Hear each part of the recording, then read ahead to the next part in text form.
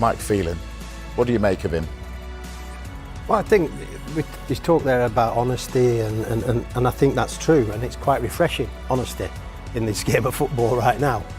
But I always remember, and I don't want to go back to the winning days, but it crops up a little bit when you have managers at Manchester United who control the press. The press conference is, and this is definitely a Sir Alex one, you control the press room.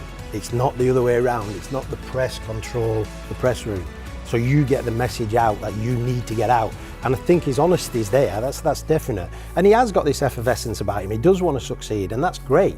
That's really good, because managers' personality and managers' body language has got to come across as bigger than everything that goes on at Manchester United, particularly at that football club. So they've had some top managers, and some have succumbed to probably the honesty of it sometimes. So I think he's learning. I think he's definitely learning along the way what to say, what not to say. He's pretty open, great. But ultimately, you're the manager of Man United, and you have to start to show not just results, but consistency of performance.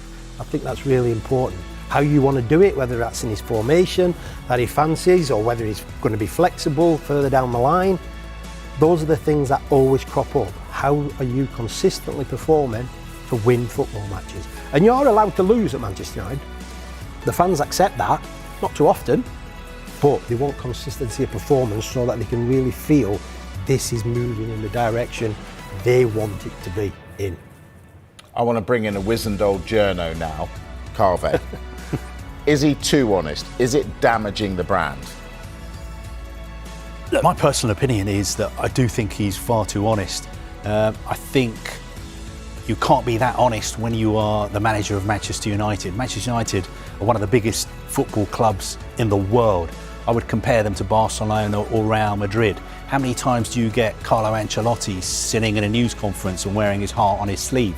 How many times did Sir Alex Ferguson do that? You don't do that, because everything you say is going to be headline news. Now, Ruben Amorim himself has made it clear that that's just the way he is, and he is not going to change for anybody. Looking at some of Jim Ratcliffe's quotes today, where he's having a little pop at the media, he's saying, I don't understand the press, they want overnight success, they think it's a light switch, you can't run a club like Man United based on the knee-jerk reactions of some journalist. I've got to defend journalists. What are journalists doing wrong? I think the difference now is that we've got different mediums now for information. Social media. To move around. So, you know, whereas a press conference was a press conference, that was it. Before the game, maybe after the game, that's where it laid. Now, there's just so much going on, and it's like you say, social media, it creates this atmosphere of there's got to be a story, there's got to be more, there's got to be this. And ultimately, I'm sure the manager of Manchester United is now sitting in a press conference with different mediums around him, but as soon as he said something, it's out there. It's out there at different... But don't you think instead of having a go at the media, Jim Ratcliffe should be speaking to his head coach and saying, when you are speaking, don't give so much away. Well, there'll be people it's not the journalist's fault. No, I'm not suggesting it is. There's always a story at Man United, always. But I think the people in and around the manager should definitely be not influencing him, but certainly just having that, I agree, that little quiet word of don't go there today, or this is what's going to come out, just be careful. When you used to do the media, when you were standing in for Sir Alex, what would he say to you? Nothing. He actually said nothing.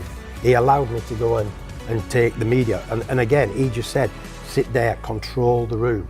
Make sure the message you want to put out is the message you want to put out. Don't go looking for anything else. Don't feed, Don't feed the beast. The beast, because everything can explode from there. And I think honesty is one thing, and I really do like honesty in people. But we live in a world now where honesty is not probably the first thing you need to be giving. You need to give enough, but not too much. But Mike, wasn't it easier for Sir Alex because he won all the time? We can look at Amorim's record. We did lose. Which is, well, yeah, but you won everything. Amorim isn't winning anything. Look at that. That stat, after 34 games, his points compared to everybody else who all got the sack, and look at him right at the bottom of that. It's much harder to control a press room when you lose week in, week out, again, surely. Stats are stats, and we can look at the stats from every angle. We've took it from the angle of how many games Ruben's had compared to the others at that stage. It's a good start. It's quite a debatable start, but certainly Ruben will look at that himself if he hasn't already. But he will know that what he's doing is not good enough right now for Manchester. And for him as a manager, he will want better than that. So he needs to think about that. But again, the quotes from Sir Jim and what have you, there's a bit of defence in there. Look at that. He's 15th of 17 teams since he joined Manchester United. Yeah, I mean, that is not good enough for Manchester United, is it? No, the position of 15th is not good enough, but you look at where they are as far as points go to where they've got to get to at the top, that's more than, well, that's double, near enough. Now, has a lot of this got to do with his refusal to change or to tweak his system? 3-4-3. Well, I would go on the side of flexibility. You know, we all have an idea of how we want to play, and we hear this. I think I heard it the most when Louis van Gaal was at the football club, you know, my philosophy. And it's always, what is it? You know, what does that look like? And is it rigid or is it flexible? Philosophies can change. They can change, you know, depending on where you're at the moment. I think some of the statements and the honesty of the manager has put him into this position now where 3-4-3 is what he wants to do. But in the game of football, it's not always the case. But even now when you watch Man United, is it always 3-4-3? Yeah, we've got 3 strikers, but it may be 5 at the back, the way they've been conceding at times and what have you. So 3-4-3 is an idea, and it's a thing that he wants to get in place. But 3-4-3, you've got to dominate the game of football. You've got to dominate the match. And at the moment, Manchester United probably haven't got to that point where they are clear favourites.